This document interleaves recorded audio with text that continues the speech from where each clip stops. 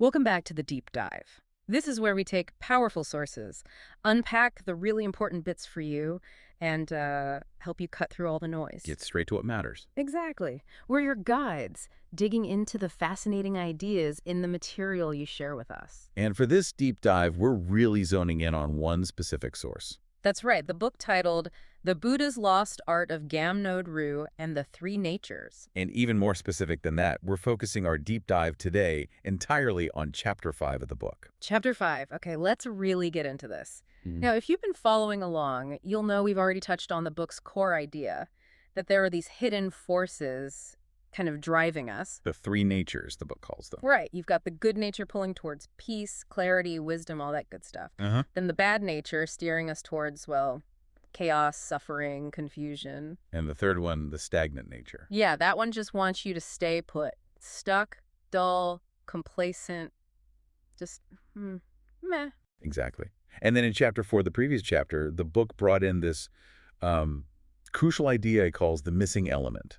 Gaam-Node Ru. Gaam-Node Ru, which it describes as, well, maybe less an art and more a practice, the practice of setting the condition to know. Right, and the key thing, as I understood it, is that it's not about controlling your mind or feelings, not forcing them. No, not at all. It's framed more as creating this inner space, this condition, where you can simply see these three natures doing their thing inside you without just automatically getting swept away by them. Right. The book really presents Gaam-Node Ru as the direct path, the mechanism almost for activating that good nature inside us. Empowering it, letting it become the main driver, so to speak. So if Chapter 4 was about the what and the why, what Gaam-Node Ru is and why it's so important, then Chapter 5, this is where the rubber meets the road, isn't it? Exactly. This is where it gets intensely practical. Like the book basically says, okay, enough theory. Here's how you actually do this thing. Precisely. Chapter 5 is presented in the book as the kind of core instruction manual for applying it. It takes that principle, Gaam-Node Ru, setting the condition to know, and gives you really detailed instructions on how you integrate this into your inner life, specifically how you use it in meditation practice. Okay. So the mission for our deep dive today is to really unpack those practical steps, those insights that Chapter 5 lays out for applying Gaam-Node Ru when you meditate. And I bet this is going to hit home for a lot of people listening. Because meditation, I mean, it can be really frustrating, can't it? Oh, absolutely. You sit down, maybe you've read books, you try the techniques, but your mind's just buzzing, a total riot. Or the opposite. Or the opposite. You Yeah. feel this kind of vague stillness, maybe, but it's more like you're just drifting off or even literally nodding off. Yeah, that peaceful but shallow nap feeling the book mentions. Right. And those moments the books talk about, that clear, lucid awareness. Yeah. They feel so rare. Like you hit the lottery once in a while, and you end up thinking, am I even doing this right? Is something wrong with me? And the book speaks directly to that common struggle. It really acknowledges that feeling of frustration, of practice just feeling stuck or, not really going anywhere. Okay. And it positions Chapter 5 as offering a clear, direct, and potentially quite different approach that, it suggests, cuts through those difficulties. Different how? Well, it suggests Gaam-Node Ru is that missing piece, that key element that unlocks deeper possibilities, letting you move past feeling stuck or just perpetually unclear in your practice. And the book makes a pretty bold claim here.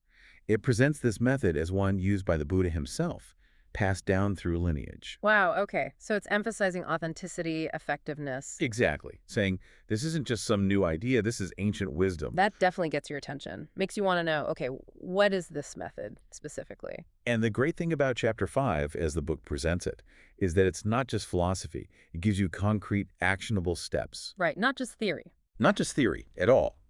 The book actually describes the chapter itself as needing a slower pace, a more intentional rhythm.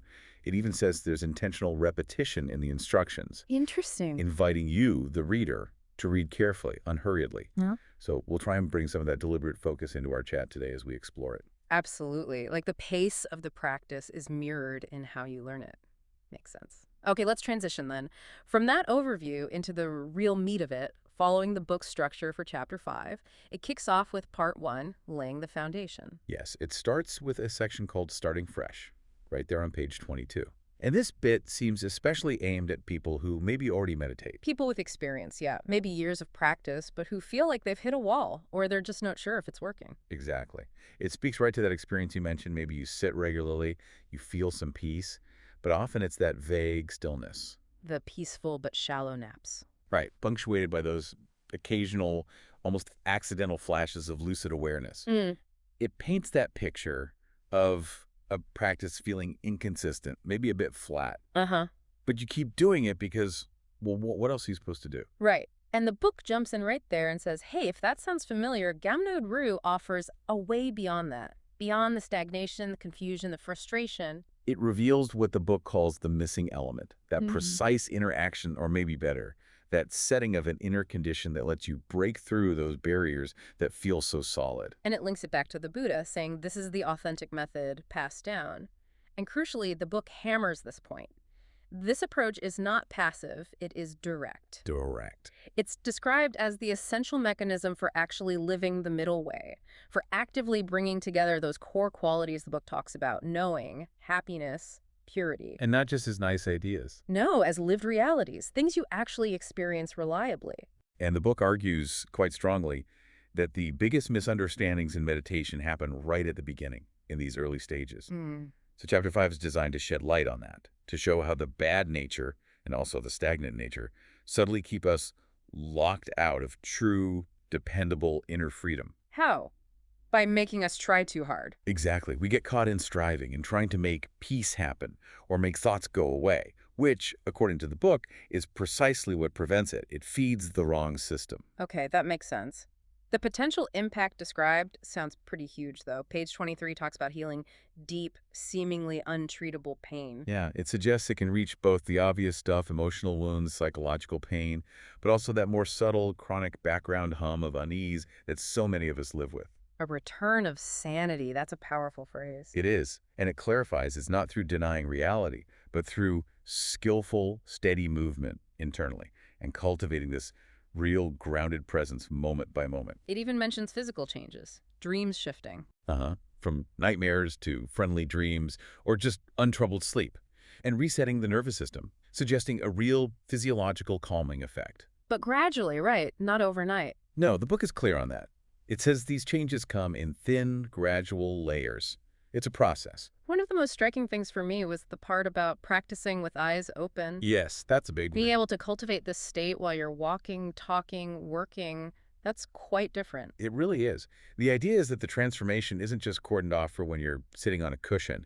It unfolds right in the middle of your daily life. And eventually, the book says, it stops feeling like a separate practice and becomes more like your natural way of being, functioning with presence and power. That's the vision it presents, moving beyond meditation as an isolated activity. And it suggests that consistent practice of Gaam-Node Ru leads to sessions that feel more coherent, steady, orderly sessions. Where you pick up where you left off. Kinda, yeah. Building momentum, experiencing more victories than losses in just maintaining that inner condition, which contrasts with that often inconsistent feeling, it says, is so common. And the book gives this analogy of the walk in the park. Right, as a way to approach it. Yeah. Take it slow, step by step, no pressure, just see how it feels, how it connects with your own experience. And it acknowledges it might feel weird at first, backwards or too simple. Exactly. It suggests maybe we overlook it because it's simple. We expect complexity. Have we been making it too hard all along? That's the question it implicitly asks. Maybe the missing element was just allowing the mind to do what it naturally does when we stop interfering. Which flows right into the next bit on page 25, the mind's natural qualities. Yes, here the book draws a really stark contrast. On one side, the enlightened mind free from suffering, confusion, fear, the pull of the bad nature, and on the other side, all the stuff that typically runs the show. Doubt, anger, delusion, anxiety. You name it. And it says there are these pure qualities inherent in the mind that are the opposite of those. Stillness, balance, and clarity. Those are the core ones it highlights. And the book's central claim here is that these pure qualities are what Gaam-Node Ru, setting the condition to know, naturally invites. So Gaam-Node Ru is the invitation. In essence, yes. It is the mental setting that brings truth, steadiness, and freedom into this moment. It creates the space for those qualities to emerge. The book actually prompts you to ask yourself, okay, if all that negative stuff, doubt, fear, anger, just dissolved, what would be left? What's the underlying quality? What force just clears that mental fog naturally? What would your heart feel like then? And the answer the book gives is simple. Deceptively simple. You bring these pure qualities of balance and stillness into yourself, not by forcing them, but by invitation. They become your inner cues, your signal for Gaam-Node Ru, setting that right condition. Okay, here's the bit that feels really counterintuitive, especially if you're used to trying to manage thoughts in meditation. Page 26. Don't change anything about what's happening in your mind, including your feelings. That can stop you in your tracks. Don't change anything. Anything. Just allow that chosen quality, that stillness or balance you've invited, allow it to permeate everything.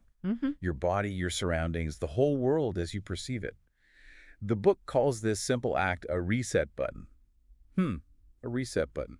I like that. The core message is, trust the stillness that arises when the mind isn't frantically bouncing between like and dislike, past and future, hope and fear. That constant flipping. Exactly. The book argues a mind that stops that can finally rest. And that rest is peace. Even if there's chaos outside or inside, peace comes because you stop fighting it. You're not trying to force a different feeling. It gives that really good example about fear, doesn't it? Yeah, page 26. It says fear doesn't just vanish when you have clear knowing. You might still feel the shaky feeling, the physical stuff. But something deeper holds steady. Your mind stays grounded in that stillness, that honesty, that calm. So the fear is there, you feel it. But it's like a wave passing through you. Instead of drowning you. Exactly. It doesn't take over. And the analogy it uses is so relatable. The child waking from a nightmare. Right. Alone, the fear is overwhelming, swallows them. But when a calm, steady parent comes in, the nightmare hasn't magically disappeared. The scary thoughts might linger. But the child's relationship to the fear changes completely. It softens. It loses its power because there's that grounded presence. That, the book says, is tranquility samatha, dissolving the belief in the nightmare. So the knowing part of Gaam-Node Ru clears the fog of delusion, of not knowing. Truth comes in, distortion fades false beliefs, those negative spirals, the mental toxins the book talks about. And it stresses that purity here isn't about fighting impurity. It's just not feeding it, not giving those negative patterns your energy, your resistance, your attention. So when the mind rests in that natural purity, difficult emotions, fear, sadness, anger, they're still there. You still feel them. You acknowledge them. You feel them. They're real. But the book says you're no longer ruled by them. You don't have to act out. You don't have to identify with them completely. They're like weather passing through. Exactly. They're experienced and they pass. Yeah. And that, the book says, is insight vipassana in action. It's not getting rid of difficult emotions. It's changing your whole relationship to them. That distinction feels huge. From elimination to relationship, seeing them without getting tangled. Okay, this foundational understanding leads right into the practical bit on page 27. Create your own cue. This is where you find your specific anchor for Gaam-Node Ru. Right. The instruction is to find a phrase or even just a feeling cue that really speaks to your nature. Something that resonates deeply, feels like it rises from the deepest place inside. And you have to trust it. Completely. The book really emphasizes that. Once you find it, trust it. Absolutely. It gives some examples in the book which are quite varied. They are. Simple things like, don't change anything about anything in my mind. Or acknowledging reality. I can't control all conditions. Or even simpler, there is no problem. I liked the direct ones too. I'm just worried about the worry. Or facing fear. The fear is there, so what? Yeah, that so what has a certain power. And it includes traditional Pali phrases too, like Sama Orang or Buddho. So the words aren't the magic part. Not primarily.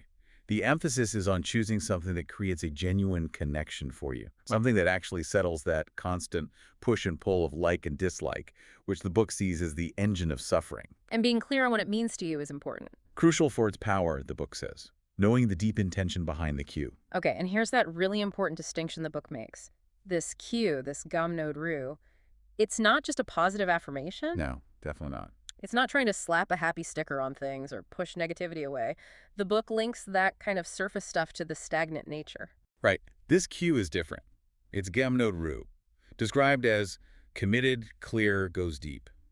It's about setting a condition for truth to emerge, not manufacturing a feeling. And when you use this cue, this inner instruction, with total trust, What happens? The book describes a significant shift. The mind accepts the condition you've created. It's like the mind inherently understands this instruction when it's given with conviction. And if that condition aligns with the good nature, it will hold. Wow, like giving your mind a command it knows how to follow. That's the feeling it describes. Yeah. And it wraps up this foundation section with this strong reassurance. This isn't theory. This works for every human being. It's available right here, right now.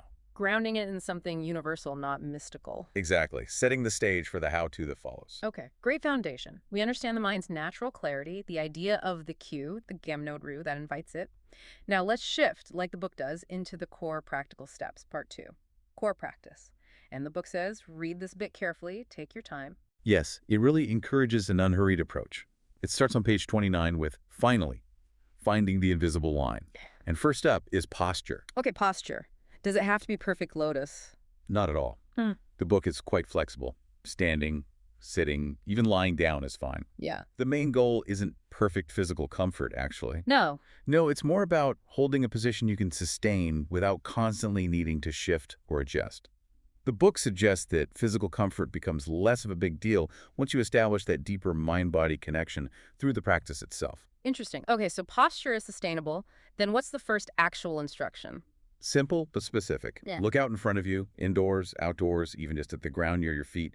Yeah. And the eyes should be soft, unfocused. The instruction is just see. Just see. And there's a body instruction too. Yes, alongside that. Yeah. Let your body register this moment. Notice how everything feels, bringing awareness right into your physical presence, here and now. Then the book kind of poses this question. Usually we think our problems are out there, something external. Right. The world is the problem. But the book asks, what if your mind could enter a space right now that's ruled by clear awareness and stillness? A space untouched by all that interference, internal or external. And this is where your cue, your Gaam-Node Ru, becomes essential. You bring that inner condition you've chosen into this seeing, into this feeling. How? What's the instruction? It says, everything you see and feel is already still in its own way. Let that settle. And then, reinforcing your cue, look at everything as if nothing needs to change. Yeah. There is no problem. Everything is as it is, and that's enough. Wow. Everything is as it is, and that's enough. That's powerful. What about thoughts and feelings popping up? It addresses that directly. Every thought, every feeling that arises. It's just there. And the crucial instruction, don't try to change anything about them. Don't push, don't pull, don't analyze. Exactly. Just feel them all. Be the observer. Do not interfere. Just feel. And keep repeating your core cue, your personal Gaam-Node Ru. Don't change anything about anything. Okay, but what about that constant background chatter? The mind just keeps going. The book tackles that head-on. It acknowledges thoughts will continue. The inner commentary might keep running. Let it. The key is not letting it pull you away from just feeling and observing. So you don't fight the thoughts. No. The book reassures you these thoughts aren't your enemy. You meet their persistence with that gentle but firm inner stance from your cue. They'll keep talking. So what? So what? But not dismissively, right? No, not dismissively. With calm, grounded awareness. Yeah. Recognizing they're there without getting tangled up in them. And the book claims when you stop trying to change them, stop resisting, they lose their grip. And stillness becomes more real. More real, more substantial than the noise. Yeah. That's how the book puts it. And the outcome of just letting go of control. You start to taste something different, a kind of freedom in letting go, a release from that constant internal battle. When you get that taste, the book says, go back to your cue. Trust it even more. Maybe even simplify it until it feels sharp and reliable like an instant anchor. And from that space, you see emotions differently. Yes. You begin to see that all emotions, even difficult ones, come from the same place that can allow contentment and peace. They all arise in the same field of awareness. So this practice is setting the condition for that field to be balanced, steady, clear. So the goal for a session isn't bliss, necessarily. The book states it very simply. The goal is not suffering in your mind for the duration of the meditation, just stepping out of that mental suffering cycle. You use your cue to gently adjust as different feelings or thoughts come and go. And the right cue will find you. That's the sense it gives. It will feel like the most natural, effective phrase, and you'll feel this clear release when you use it correctly. So your own feeling is the guide. Your feeling, your quiet sense of knowing, becomes your most reliable guide. Let that be enough, the book advises. guiding you away from overthinking it and towards just experiencing it. And the result, when this clicks. It sounds quite profound. That scattered awareness, the mind's usual fragmented state, it gathers into unified stillness. Mind and body feel whole, steady, undivided. Like that analogy, scattered elements suddenly organizing into a clear pattern. Exactly. Conditions align, something real activates inside, and the logic of it just clicks like a deep recognition of something true. And this works with any anchor, not just seeing or feeling the body. A key point the book emphasizes, yes, this method, setting the condition for stillness and knowing, works with any suitable anchor, which leads us right into the next section, page 32, working with the breath. Ah, the breath, the classic meditation anchor. Right. And the book presents it as a simple method that the Buddha himself supposedly taught, one that can lead all the way through those deep absorption states, the jhanas. The goal is the same, though. Equilibrium, liberation, knowing. Exactly the same, with the good nature working more effectively in the background as things settle. Okay, so how does it approach the breath? Does it say take deep breaths? No, actually, it immediately corrects that common idea. While deep diaphragmatic breathing is healthy, it says that's not the practice here. It repeats that core Gaam-Node Ru principle. Don't change anything about what you feel. So you don't control the breath. Absolutely not. The correct approach, the book says, isn't even starting with, okay, I'm going to meditate now, because that sets up expectation effort. All right. Instead, it's just feeling the breath where you sense it most clearly, nostrils, upper lip, maybe inside the nose. And crucially, let it move naturally. Don't force the inhale. Don't force the exhale. Why not? Doesn't deep breathing help? The book argues any attempt to control or manipulate the breath disrupts the natural settling process. It states very clearly, biggest mistake is trying too hard. Here, less is more. And then that lovely line, let the breath teach you. Let the breath teach you. I like that. What about posture for breath meditation? Same as before, sit sustainably. A position you can hold without too much fidgeting. Again, it doesn't need to be perfectly comfortable, because that becomes less important once the mind settles into the body. So the instruction is, just feel the air moving. Pretty much. Notice the sensation of contact where the air moves. Find the clearest spot. Keep gently applying your chosen phrase, your Gaam-Node Ru anchor. Don't change the sensations. Don't analyze them. Just let the mind rest there, having set the right condition. The key reminder again, set the condition to just feel it. Yeah. Let it travel in, let it travel out. That's all. How does just feeling it work? The book explains it works through the sense of touch. The physical sensation of the breath is the anchor point. And the key is simple. Just feel it. Let the body breathe itself. Don't interfere. Meet the sensation with awareness. No chasing, no pushing away. Just presence. And when you manage to do that, to just let it be. The book says something settles. There's a natural unwinding. Not because you made it happen, but spontaneously. It clarifies this isn't magic. It's the mind returning to its inherent nature, clear, calm, undisturbed. And that's when tranquility arises, samatha. That's when samatha quietly begins to arise on its own, the book says. The mind filters itself, clears itself when you stop messing with it. It just needs the space. It reveals the calm that was already there. What if you feel annoyed or restless? The instruction is consistent. Just feel it and acknowledge, yes, it's here. This is what's happening right now. Yeah. Accepting whatever arises without fighting it is the path to balance in that moment. And then a calm state settles, feeling like the world slows down. That's the description. Natural equilibrium, upekkha, emerging, inner chatter softens, the nervous system resets, overwhelming feelings lose their intensity. And again, this inner clearing doesn't happen through force, but through stillness itself. So what you actually experience is subtle. Subtle calming happens naturally, the book says. You feel balance returning. And because it's based on this simple principle, you can access it anywhere, anytime, once you get the hang of it. Might take practice, though. Oh, yeah. It might be quick for some, take practice for others. The book says don't get discouraged. Keep applying the principle until something settles. It might be flashes at first, then waves. The skill improves, like learning to ride a bike. It requires focus at first, then becomes natural. Exactly. It will happen, the book assures. And this process teaches you how your own mind works, that stillness and clarity are what free it. The mind gets immersed in those pure qualities. Does it say why it's faster for some than others? It mentions the amount of melatonin still clouding your system. Melatonin, those mental toxins again. Right, the residue from past conditioning. The cleaner the mind is to begin with, the faster it settles. And again, the instruction is not to push away the difficult stuff. No, welcome it with that open awareness. Yes, this feeling is real. It's here for now.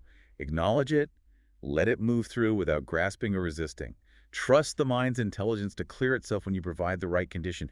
Just stay with the process. And the realization is you were just observing all along. That's the insight. This is being the observer, pure knowing. Allowing everything as it is, lets it settle. Set the right condition with Gaam-Node Ru. Let the mind do its thing. How does the mind know what to clear? The book points to those feelings of burnout, numbness, that vague something's off feeling. Even when things seem fine, they pop up between tasks after you achieve something, before sleep. When the pretending stops. Exactly. It suggests that something deeper trying to get your attention. The good nature is always reaching out, even if it feels like exhaustion. And this practice is about finding balance between liking and disliking. Fundamentally, yes. Between the extremes of craving and pushing away, unhappiness comes from that constant swinging. But the stillness creates a space in the mind that can hold both liking and disliking without being controlled by them. You see them as just two sides of the same coin. Two faces of the same mental movement. Judging fades, suffering dissolves. Freedom begins in that balance. Simple idea, profound implications, easy to overcomplicate. The book stresses the Buddha taught simplicity and clarity. And that the beginning stages are just as valuable. It's about starting. Which leads nicely into alternatives if the breath isn't your thing. Okay, so page 37, alternative anchors. Breath is great, but not the only option. Exactly. Some find other sensations more stable, but the principle is identical. Like your heartbeat. Yeah, same principle. Notice the sensation without trying to change the rhythm. Don't interfere. Awareness is just sensing it. The heartbeat might slow down on its own as you settle. And the object isn't the heart itself, but the stillness you bring. Precisely. The meditation object is the stillness, anchored by the heartbeat sensation. You're not changing what's there, you're giving it the environment to settle. Mind does the work. What about body-based meditation? Using other physical feelings. Right. Connecting with the body directly. Feeling your feet on the floor when standing. Or the contact with a chair when sitting. Exactly. Or fingers touching, or your back when lying down. These become your anchors. Why are these good anchors? Because they're constant, stable. Your skin is always touching something. Gravity is always there. Same principle of stillness and continuity applies. So, sitting example. Just feel the contact, legs on the seat, whatever. Just feel it. Don't overthink it. Don't analyze it. Just feel body touching seat. Keep it simple. The mind likes simple, the book says. And you keep feeling the contact and whatever emotion comes up. Yes. Pay attention to both the physical sensation and any emotion arising moment by moment. Don't try to change either. Focus on the qualities of the experience while maintaining that underlying goal of stillness. What might you feel? Maybe calmness, relief, release, a dropping sensation, maybe floating. But the book gives a big caution here. Don't chase the nice feelings. Exactly. Don't fixate on pleasant experiences. They can become another attachment, another block to going deeper. Let them pass. Keep the mind still, focused on the condition. So other body anchors could be feet when standing or walking. Fingertips touching or rubbing gently. Any point of body contact. The book notes these aren't newfangled ideas. You might have done this naturally without realizing it. Physical sensations are reliable because they're always there, unlike mental images. Right. Which brings us to page 40, the section on visuals. When using visuals as a meditation anchor, and the book says, be careful. Extra careful, yes. Same principle of Gaam-Node Ru applies, but the big risk is confusing imagining something with actually knowing or experiencing it directly. What's the pitfall? Staring until something weird appears. Kind of. Staring until something false takes shape. Maybe stress-induced imagery, maybe visions that lead you off track into delusion or disappointment when they vanish, or even just headaches and distraction. And relying on those occasional pleasant visuals, nimittas. Yeah. That's tricky. Very tricky, the book says. They often come in waves, unpredictable and inconsistent. And the bad or stagnant natures can latch onto that by making you cling to those fleeting experiences, believing that's the real path, always hoping for the next perfect visual condition. But that's not the way out, the book states firmly. It keeps you dependent. So the right way to use a visual isn't staring or conjuring. No, it's focusing on its inherent qualities to see clearly. It uses that analogy of a clear crystal orb. What are its qualities? Clarity, brightness, no obstructions inside, a sense of being dense, stable, and impurity can't penetrate it. And that's like the mind. The analogy is that the untrained mind is reactive, jumpy. But when the inner forces settle through Gaam-Node Ru, this coherence remains. Not suppression, but balance. A grounded, stable mind like the crystal doesn't radiate chaos, it's immune to agitation. But the visual only works if those other qualities are there too. Knowing, happiness, purity. Exactly. If those aren't naturally arising alongside the visual, the book warns you're likely experiencing a mental fabrication created by confusion, not a true nimitta that aids concentration. What are the common traps with visuals? The book lists things like getting excited or attached, which leads to pride, why I'm seeing things, or craving more bliss, or doubt and fear when the visual changes or disappears. The bad nature hijacks it. And the result feels off. Somewhat calm maybe, but dull, forced, unclear. It's not the way forward. Learning to recognize that state is key. How did the Buddha advise using nimittas, according to the book? See them without clinging. They're signposts, not the destination. When the mind is truly still and pure, they support concentration, samadhi, and insight, vipassana. If confusion creeps in, they distort or vanish a sign you've lost the right condition. So if that happens, you just go back to... Stillness. Gaam-Node Ru. Practice just knowing what's happening. Apply your cue. Don't judge, don't chase. A true nimitta leads inward to stillness, not outward to excitement or analysis. So be careful with any image, the moment you search or chase. You've taken the bait. The book offers this crucial guidance. Let your feeling guide you more than anything else. Your feeling becomes your way of seeing. Your inner sense of balance and clarity is the real compass. That's the message, not the phenomena. And when a visual is used correctly, with the right condition, the result described is gentle joy arise in both mind and body light and uplifting, coming and going like a breeze. Doesn't have to last. No, its presence just confirms you're on the right track, aligned with the good nature. Okay. This whole practice section ends on page 43 with, why begin with eyes open? It's not just practical. There's a deeper reason. Yes, rooted in expectation. The book argues that starting with eyes closed often creates this subtle, unconscious waiting for results. You close your eyes and immediately think, okay, where's the peace? Where's the quiet? Exactly. You're looking for something to happen. Starting eyes open bypasses that a bit. So when do you close your eyes? The book says when the time is right, when the right feeling is already developed, that relaxed, gentle, spacious, less tight feeling, your eyes might just naturally close on their own. Spontaneously. Yeah, not forced, like falling asleep, but you stay aware. It happens when a genuine settling has begun. And the importance of eyes open practice is bringing it into daily life. Precisely. So you can access that calm, still feeling while you're actually living, talking, working, moving. You can't do everything eyes closed. Eyes open access means feeling centered during the day. And the outcome is more stability, genuine neutrality. Yes. Not just pretending to be okay, but actually feeling okay inside, grounded, regardless of what's happening. Your mind becomes more authentic, less reactive. Your actions start coming from that steadier place. Okay, wow. That was a really detailed look at the core practice instructions in Chapter 5.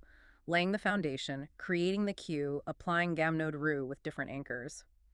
Now let's move into the final part of the chapter, Part 3, Deepening, starting on page 44. This is about what happens next. Yes, as you continue and things settle more deeply, the first section asks, how did this happen? It looks back at that first taste of peace or stillness you might get. Even if it's brief. And it explains the mechanism. For that moment, you cleared most of your those mental toxins. Malatin again. That mental gunk, the residue. So applying Gaam-Node Ru, even briefly, clears some of that. Creates enough space for the good nature signal to get through. Strong enough for you to taste the stillness and peace that the book says is always inherently there. But there's a caution, right? Page 44. A very practical one. The bad nature doesn't just pack its bags and leave. It doesn't give up easily. It tries to sneak back in. The moment awareness drops, the moment you stop setting the condition, get distracted, fall into old habits, it tries to slip back. The book stresses that's not failure. It's just how the system works. So the key is just noticing and returning. Gently returning to your anchor, your cue. Staying anchored, staying aware. And the book encourages you, saying practice extends those moments. Gradually, through careful, persistent attention. You can't force it. It unfolds naturally as you keep setting the condition. And that first taste, however brief, is powerful. Yeah. A guide, a teacher. Beginning experiences have wisdom. Profound wisdom, the book suggests. And it offers reassurance. You're on the right path now. What you feel, that capacity will grow. This is just the beginning. Which leads right into that classic question on page 45, taking it beyond formal practice. How do you do this when you're not sitting? Right. How can I do this out in the world? And the answer relates back to that feeling of inner release, Petey. Yes, that gentle rapture or deep relief you might feel when sitting. The book suggests try opening your eyes right then and just continue. Apply the cue, stay with an anchor. You could do it anywhere. The mental approach is the same. Exactly the same. Setting the condition to know, feel, observe without interference using your cue. It admits it might feel less concentrated at first with more distraction. Makes sense. But it gets easier with practice, like any skill. Quiet places might help initially, but eventually the book suggests location won't be the main factor. You'll be able to tap into it anywhere. And you get better at noticing the difference between a shaken mind and a settled one. Yes. You become more aware of the shifts. Calmness and turbulence will alternate. Don't expect to be in the zone 24/7. Recognizing the switching is the skill developing. Like learning an instrument. That's the analogy it uses. You play confidently, then hit a wrong note. With practice, you stay in tune longer, the right notes come easier. Don't overthink. Just create the condition and let the mind work. Some important notes here, too. It won't always be comfortable physically. Right. Tension varies. And it's not about mastering sleep.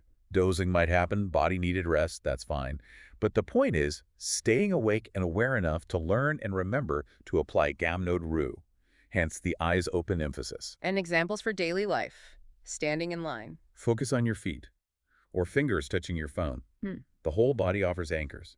Feet, back, fingertips, skin contact. And this practice helps you see the connections. Thoughts, body emotions, all pointing to inner freedom. Yes, seeing how it all links back to that simple truth. Every breath, every anchor, every moment of awareness is part of liberating yourself. Not just a technique, it's a complete approach to freeing yourself. And the refined instruction is just feel it. See it now. Just feel it. Stay with Gaam-Node Ru, the mental element of knowing. When you do it right, the mind takes over the settling process. You just remember to begin. And consistent practice leads deeper to those advanced states. Naturally, organically. The book presents those states, often called advanced or mystical, as simply the natural results of a mind that has settled deeply. These absorptions, it says, have a name and a progression. Which brings us to the last section, page 47, Absorption Explained, talking about jhana. Right. And the book immediately tries to demystify jhana. It says, don't be intimidated. It's not some trophy or weird mystical state you have to achieve. Natural, the book says. Simply, what happens when the mind becomes still? How do they come about? As the chaos of the bad and stagnant natures fades, because you're applying Gaam-Node Ru, the good nature stabilizes. And in that stability, something quiet opens. Breath gets easier, body feels lighter, mind stops chasing. And that stillness isn't empty. No, it's alive. And what unfolds within that living stillness is jhana. The book then walks through the stages. Okay. First jhana, page 48, the joy of stillness. Right. Initial tension might still be there, but then something shifts. A sense of letting go, then this rush of relief or pleasure, but not sensory pleasure. For inside. Yeah, like a weightlifting. The joy of being free from constant mental pulling. The mind stops scanning, jumping. What you feel is rapture, peaty joy born from the stillness. And crucially, you didn't force it. You simply set the condition, and your mind walked itself there. Wow. Okay, second jhana, page 49, trusting the calm. Here, the mind rests in that joy. The effort to stay with the anchor just fades naturally. Knowing becomes effortless, just being. Joy is still there, but now there's confidence too. You trust the stillness, you feel it holding you. Thinking mind gets quieter. Significantly quieter, without trying to suppress it. Inner talk softens. It's replaced by serenity, deeper, more settled peace. You're not guarding the anchor anymore. Knowing is mature, steady. Then third jhana, page 50, deep peace. That vibrant joy from before settles into something steadier, quieter. It transforms. Like the ocean at dusk, no drama. Just this profound sense of rightness. You feel deeply okay because the struggle has stopped. Not chasing pleasure, not running from pain. Just here, clear, quiet, content heart. This peace feels better than excitement. It feels complete. The book says meditation doesn't even feel like the right word anymore. It's just being. And the fourth jhana, also page 50, perfect balance. Even that deep peace refines further. It's not just calm now. It's true equanimity. Perfect balance. No disturbance, no excitement, no restlessness, no craving, even for the peace itself. That satisfaction dissolves. Body feels distant. Self fades. That's the description. Only awareness remains still. Bright, centered, complete. Yeah. Pure balance, not high or low, peaceful or disturbed, just deeply, unshakably steady. That sounds profound. But then the book asks, what about blocks when stillness doesn't come? Right? When old patterns keep pulling you back, it brings up malatin again, that mental residue clouding the system. Understanding the blocks is as important as knowing the path. And a big caution about Jonas on page 51. Crucial caution. It's so easy to misunderstand them. They're not something to aim for, not a trophy, not something to show off or measure. Why not? Because the moment you chase them, they vanish. That chasing mind belongs to the wrong system, craving, the bad nature. So they arise from stillness, not ambition. Exactly. They come when the bad and stagnant natures aren't running the show, when you're not trying to meditate hard, but just setting the condition to know and letting stability happen. So what do Jonas actually teach us, according to the book? Fundamental things. That freedom from the mind's tyranny comes from inner space, from not interfering, from knowing deeply and resting in that knowing. They show you how the good nature works, cleaning the heart effortlessly when allowed. They teach trust in the mind's own intelligence. Exactly. And they show you what it feels like when the three natures aren't in charge. No inner voice pulling, no argument, no confusion, just presence, peace, clear knowing. So they're important markers, but not the goal itself. Markers that the method works when you let it. That's how the book frames them. Which perfectly sets up the next chapter, doesn't it? Because chapter 5 shows this beautiful path to stillness. But we also need to understand what gets in the way. Exactly. The book hints that while this chapter shows the path, the next one explores what happens when the method doesn't seem to work easily. Why does peace feel out of reach? It goes back to malatin, those mental toxins, the residue, the smog clouding the mind, making practice feel hard, even when you know what to do. So our next deep dive will be chapter 6. Unpacking malatin, what it is, how it works, how it affects you, and crucially, how Gaam-Node Ru, setting the condition to know, helps clear it. It's the other side of the coin. Understanding the path and understanding the obstacles, not to fight them, but to see them clearly. Absolutely. Knowing what gets in the way makes you appreciate the elegance and power of what chapter 5 offers even more. Which leaves us with a final thought to chew on, connecting today with next time. If stillness naturally clears the mind, lets its pure nature shine, what happens when something inside us actively, maybe unconsciously, resists that stillness? What are we unknowingly carrying that makes peace feel like it's just over there behind a veil we can't quite lift? Something deep to consider as you reflect on everything Chapter 5 lays out. Indeed. Thank you for joining us for this deep dive into Chapter 5 of the Buddha's Lost Art of Gaam-Node Ru and the Three Natures. We really look forward to continuing the journey into Chapter 6 with you next time.